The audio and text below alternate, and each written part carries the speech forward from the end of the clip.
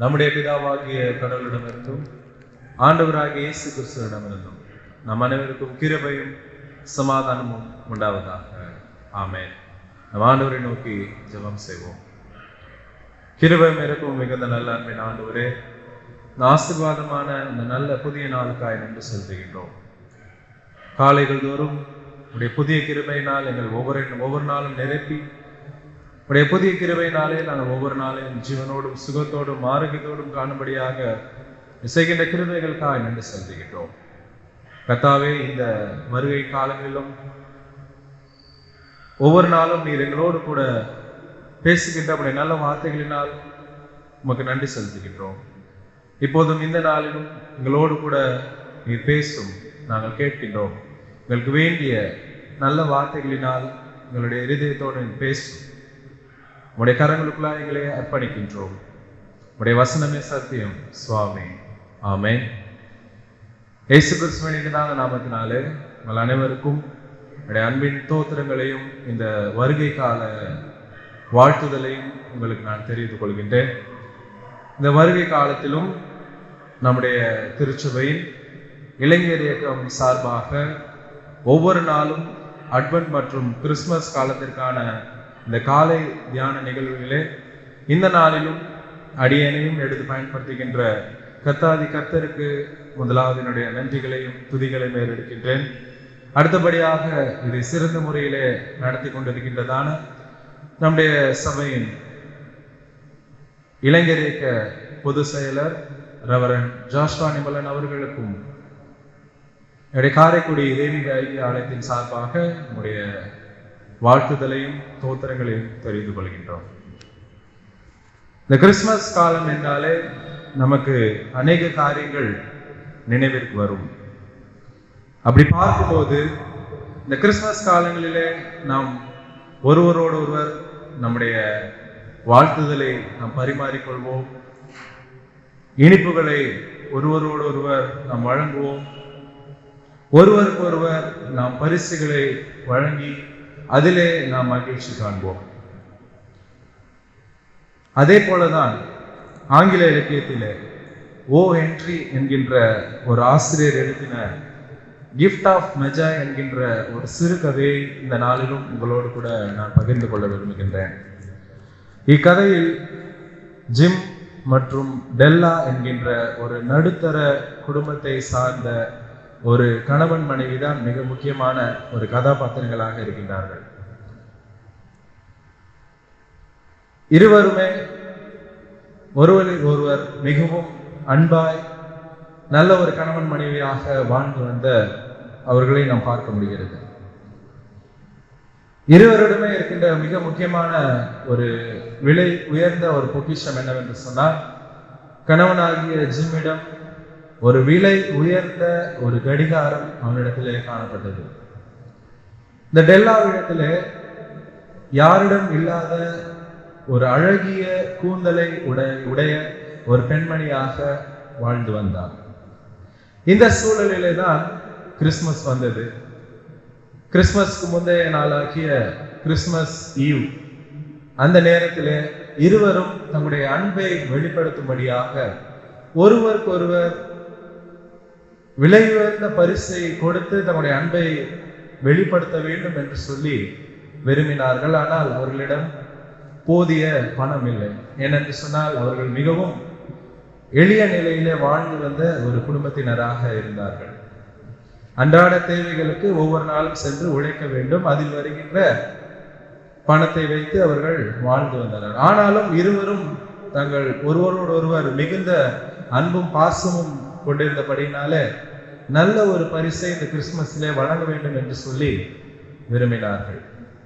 இந்த சூழலில் தான் ஜிம் தன்னிடத்தில் இருந்த அழகிய அந்த கடிகாரத்தை அவர் விற்று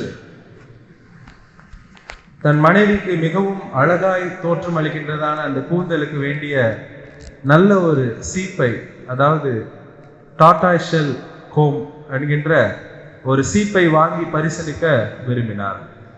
அதே வேளையிலே டெல்லாவும் தன்னுடைய கணவருக்கு நல்ல வாட்ச் இருக்கின்றது, ஆனால் அதற்கு நல்ல ஸ்ட்ராப் இல்லை என்று சொல்லி ஒரு பிளாட்டினத்திலே நல்ல ஒரு ஸ்ட்ராப் வாங்க வேண்டும் என்று சொல்லி தன்னுடைய அழகான கூந்தலை விற்று தன்னுடைய கணவனுக்கு மிக ஒரு அழகிய வாட்சுக்கான அந்த ஸ்ட்ராப்பை வாங்கி வைத்திருந்தார். இருவருமே வீட்டிற்கு வந்தபோது மிகுந்த ஒரு அதிர்ச்சியை ஏற்படுத்தியது. ஜிம் டெல்லாவிடம் அதிகமாக நேசித்தது தன் மனைவியுடைய அழகிய கூந்தலை. டெல்லாவும் தன்னுடைய கணவனிடத்திலே மிகவும் ஆசையாய் நேசித்த ஒரு காரியம் அவரிடத்திலே காணப்பட்டதான அந்த வாட்ச். ஆனால் இருவருமே பார்க்கும்போது இருவருடமே டெல்லாவிடம் அந்த அழகிய கூந்தல் இல்லை, ஜிம்மிடம் அந்த வாட்ச் இல்லை.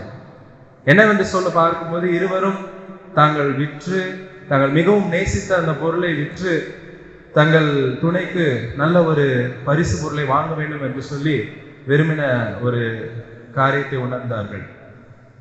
இதிலிருந்து நாம் புரிந்து கொள்ள வேண்டிய காரியம் என்னவென்று சொன்னால், தாங்கள் மிகவும் நேசித்த, தாங்கள் மிகவும் பிரியம் வைத்த ஒரு காரியத்தை தங்களுடைய துணைக்கு வேண்டும் என்று சொல்லி தங்களுடைய அன்பை வெளிப்படுத்தும்படியாக இருவரும் தங்களுக்கு பிரியமாய் இருந்த ஒரு பொருளை விற்று பரிசாக கொடுத்தனர்.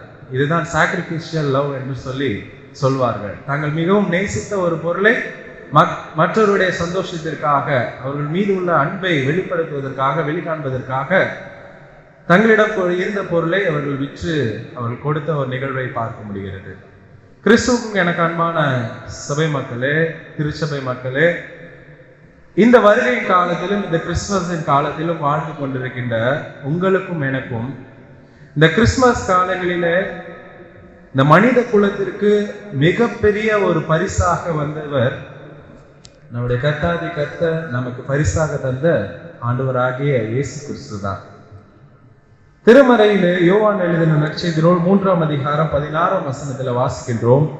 தேவன் தம்முடைய ஒரே பேரான குமாரனை விசுவாசிக்கிறவன் எவனோ அவன் கெட்டு போகாமல் நித்திய ஜீவனை அடையும் படிக்கு அவரை தந்தொருளி இவ்வளவாய் உலகத்தில் அன்பு கூர்ந்தார் என்று சொல்லி பார்க்கின்றோம். பிரியமானவர்களே, தேவன் இந்த உலகத்திலே அன்பு கூர்ந்தபடியினாலே தம்முடைய சொந்த குமாரனை இந்த உலகத்திற்கு பரிசாக அளித்ததுதான் நாம் இந்த நாளிலே கொண்டாடி வருகின்றதான கிறிஸ்துமஸ் நிகழ்வாக இருக்கின்றது.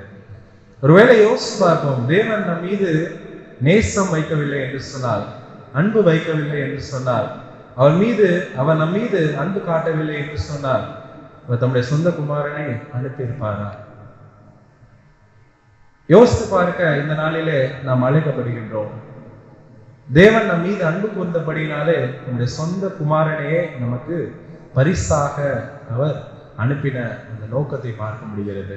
கிறிஸ்துவுக்குள் பிரியமானவர்களே, கடவுள் நம் மீது ஒவ்வொரு நாளும் அன்பு வைக்கின்றார், நம் மீது அன்பா இருக்கின்றார். ஆகவே தம்முடைய சொந்த குமாரனை நம்முடைய ரட்சிப்பிற்காக நாம் மீட்படையத்தக்கதாக தம்முடைய சொந்த குமாரனை இந்த உலகத்திலே அனுப்பினதை பார்க்கின்றோம். அதே 1 யோவான் 4ஆம் அதிகாரம் 9ஆம் வசனத்திலும் 10ஆம் வசனத்திலும் வாசிக்கின்றோம். நம்முடைய ஒரே பேரான குமாரனாலே நாம் பிழைக்கும் படிக்கு தேவன் அவரை உலகத்திலே அனுப்பினதினால் தேவன் நம்மேல் வைத்த அன்பு வெளிப்பட்டது. நம் தேவனிடத்தில் அன்பு கூர்ந்ததினால் அல்ல, அவர் நம்மிடத்தில் அன்பு கூர்ந்தது நம்முடைய பாவங்களை நிவர்த்தி செய்கிற கிருபாதார பலியாக தம்முடைய குமாரனை அனுப்பினதாலே அன்பு உண்டாயிருக்கிறது என்று சொல்லி பார்க்கின்றோம். பிரியமானவர்களே, நாம் அவரில் அன்பு கூர்ந்ததினால் அல்ல, அவர் நம் மீது அன்பு கூர்ந்தபடினாலே நம்முடைய ஒரே பேரான குமாரனை நமக்கு கிருபாதார பலியாக இந்த உலகத்திலே அனுப்பி நம் மீது அன்பு கூர்ந்த ஒரு காரியத்தை பார்க்க முடிகிறது. கிறிஸ்துவுக்குள் பிரியமானவர்களே, இவ்வளவு அன்பான தெய்வத்தை நீங்களும் நானும் கொண்டிருக்கின்றோம். அன்பு வெளிப்பட்ட போது நமக்கு மீட்பு உண்டானது. ஆகவே இந்த கிறிஸ்துமஸ் நாளிலும் உங்களோடு கூட நான் பகிர்ந்து கொள்கின்ற காரியம், தேவன் நம்மிடத்திலே அன்பு கூர்ந்தது போல நீங்களும் நானும் ஒருவரிடத்தில் ஒருவர் அன்பாயிருக்க வேண்டும் என்று சொல்லி கர்த்தர் விரும்புகிறார். ஒருவேளை கர்த்தரானவர் நம் மீது அன்பு கூறாமல் போனால் நம்முடைய நிலை எப்படியாக இருந்திருக்கும்? ஒருவேளை இந்த மீட்பானது இந்த உலகத்திலே உண்டாயிருக்குமா? அல்லது ஒருவேளை இந்த அன்பு வெளிப்படாவிட்டால் என்னுடைய பாவத்திலும் என்னுடைய அக்கிரமத்திலும் நான் அழிந்து போயிருக்க கூடும். இந்த நாளிலும் இந்த கிறிஸ்துமஸ் பண்டிகை காலங்களுக்குள்ளாக நாம் வாழ்ந்து கொண்டிருக்கின்றோம். நம்ம என்ன ஒரு நோக்கத்தோடு இந்த பண்டிகையை கொண்டாடுகின்றோம்? இந்த கிறிஸ்துமஸ் காலங்களிலும் கடவுள் என்னோடு கூட பேச உபயோகிக்கிற காரியம் என்ன? கடவுள் என்னிடத்துல எதிர்பார்க்கின்ற ஒரு காரியம் என்ன? கடவுள் என்னிடத்துல அன்பு கூர்ந்தது போல நானும் பிறனிடத்திலும் அன்பு கூற வேண்டும் என்று சொல்லி கர்த்தர் என்னிடத்தில் விரும்புகின்றார். அதுதான் 1 யோவான் 4:11 பார்க்கின்றோம். தேவன் இவ்விதமாய் நம்மிடத்தில் அன்பு கூர்ந்திருக்க நாமும் ஒருவரிடத்தில் ஒருவர் அன்பு கூற கடனாளிகளாக இருக்கின்றோம். தேவன் இவ்விதமாய் நம்மிடத்திலே அன்பு கூர்ந்திருக்க நாமும் ஒருவரிடத்தில் ஒருவர் அன்பு கூற கடனாளிகளாக இருக்கின்றோம். கர்த்தர் நம் மீது அன்பு கூர்ந்திருக்கின்றார். ஒருவேளை கர்த்தர் என் மீது அன்பு கூறாவிட்டால் நான் எப்பவோ அழிந்து போயிருப்பேன். கர்த்தர் என்னை நேசிக்கின்றார். கர்த்தர் என்னை ஒவ்வொரு நாளும் என் மீது அன்பு செலுத்துகின்றார், என் மீது அன்பாக இருக்கின்றார். ஆகவே தம்முடைய சொந்த குமாரனை எனக்கு கிருபாதார பலியாக அவர் அனுப்பி அன்பை வெளிப்படுத்தினார். இந்த நாளிலும் இந்த காலங்களுக்குள்ளாக அன்பு இல்லாமல் ஒருவருக்கு ஒருவர் நாம் வெறும் பரிசுகளையும் வெறும் இனிப்புகளையும் வழங்கி நாம் கொண்டாடி கொண்டிருக்கின்றோம். நாம் கொண்டாடுகின்ற கொண்டாட்டங்கள் அது அர்த்தமுள்ளதாக இருக்க வேண்டும் என்று சொன்னால் நம்மை நாமே எவ்வாறு நாம் அன்பு செலுத்துகின்றோமோ அதே போல பிறனிலும் நாம் அன்பு செலுத்த நாம் அழைக்கப்படுகின்றோம். தேவனானவர் எவ்வாறு நம் மீது அன்பு கூர்ந்து நம்முடைய சொந்த குமாரனை இந்த உலகத்தில் அனுப்பினாரோ அதே போல நாமும் ஒருவரில் ஒருவர் அன்பாக இருக்க நாம் அழைக்கப்படுகின்றோம். இந்த கிறிஸ்துமஸ் காலங்களிலும் நாம் அன்பு செலுத்தி பிறருடைய கஷ்டத்திலே அவர்களுக்கு சென்று நாம் உதவி செய்வோம் என்று சொன்னால் அந்த இடத்திலே கிறிஸ்துவின் அன்பானது, கடவுளுடைய அன்பானது அது வெளிப்படும். இந்த சிறியரில் ஒருவருக்கு நீங்கள் எதை செய்கிறீர்களோ அதை எனக்கே செய்கிறீர்கள் என்று சொல்லி இயேசு கிறிஸ்து சொன்னது போல நாமும் இந்த கொண்டாட்டங்களின் காலங்களுக்குள்ளாக வாழ்ந்து கொண்டிருக்கின்ற நாமும் அர்த்தமுள்ள ஒரு கிறிஸ்துமஸை கொண்டாட கர்த்தர் நம்மை அழைக்கின்றார். தேவன் நம்மிடத்தில் எவ்வாறு அன்பு கூர்ந்தாரோ நாமும் பிறனிடத்திலே அன்பு கூர்ந்து அவருடைய தேவைகளை சந்தித்து அவருடைய இடுக்கண்களிலே அவர்களோடு சென்று ஜெபித்து உதவி செய்து அவர்களை அன்பு செலுத்தி ஒருவரோடு சமாதானமாய் வாழவும், ஒருவரோடு நட்புறவாய் வாழவும், ஒருவர் ஐக்கியமுள்ளவர்களாய் வாழ்ந்து உண்மையாய் இயேசு கிறிஸ்து இந்த உலகத்திலே வந்த நோக்கத்தை நிறைவேற்றும் போது நாம் கொண்டாடுகின்ற இந்த கொண்டாட்டங்கள் அது உண்மையுள்ளதாக இருக்கும். எனவே நமக்கு பிரியமானவைகளை நாம் கொடுத்து பிறர் மீது நாம் அன்பு செலுத்தி உண்மையாகவே கிறிஸ்து இந்த உலகத்திலே வந்த நோக்கத்தை நம்மள நிறைவேற்றுவோம். அதற்கென்று முயற்சி செய்வோம்.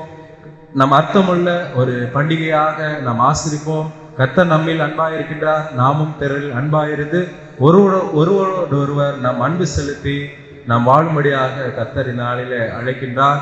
எனவே இந்த காரியத்திலே நாம் அன்பு செலுத்துவோம், எல்லோரோடும் ஐக்கியமாக இருப்போம், சமாதானமாக வாழ்வோம். கர்த்தர் இந்த பண்டிகை காலங்களை நமக்கு ஆசீர்வதித்து வேண்டிய நல்ல சுகமும் ஜீவனும் பலத்தையும் ஆரோக்கியத்தை கொடுத்து நம்மை ஆசீர்வதித்து வழிநடத்தி காப்பதாக. ஆமென். நம் ஆண்டவரை நோக்கி ஜெபம் செய்வோம். ஆமென். எங்களை நேசிக்கின்ற நல்ல அன்பின் ஆண்டவரே, இந்த நல்ல நாளிலும் உடைய வார்த்தைகளை சிறிது நேரம் தியானிக்கும்படியாக தந்த வேலைக்காய் நன்றி செலுத்துகின்றோம். கர்த்தாவே, நீர் எங்கள் மீது வைத்த உடைய அன்பை வெளிப்படுத்தும்படியாக உடைய சொந்த குமாரனே எங்களுக்கு பலியாக இந்த உலகத்திலே கொடுத்து நீர் எங்கள் மீது அன்பு கொண்டபடியினால் நமக்கு நன்றி செலுத்துகின்றோம். ஒன்றுக்கும் உதவாத எங்களையும் கர்த்தாவே நீர் தெரிந்து கொண்டு இந்த உலகத்திற்கு ஒளியாய் வைத்திருக்கின்றீர்.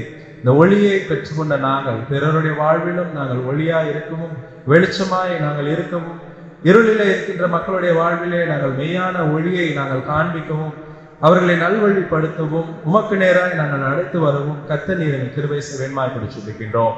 இந்த சிறியரில் ஒருவருக்கு நீங்கள் எதை செய்தீர்களோ அதை எனக்கே செய்தீர்கள் என்ற வார்த்தைகள் படி நாங்களும் கர்த்தாவை ஒருவரில் ஒருவர் அன்பு கூர்ந்து வியாதி உள்ளவர்களையும் காவலில் உள்ளவர்களையும் கட்டுண்டவர்களையும் விடுதலையாக்கி கர்த்தாவை மெய்யாகவே கிறிஸ்துவின் அன்பை எங்களுடைய வாழ்விலே நாங்கள் வெளிப்படுத்தி நல்ல அர்த்தமுள்ள ஒரு பண்டிகையை ஆசிரிக்க கர்த்தர் எங்கள் கிருபை செய்யும்.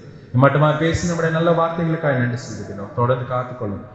இயேசுவின் நாமத்தில் எங்கள் சுபங்களை ஏறெடுக்கின்றோம் நல்ல பிதாவே.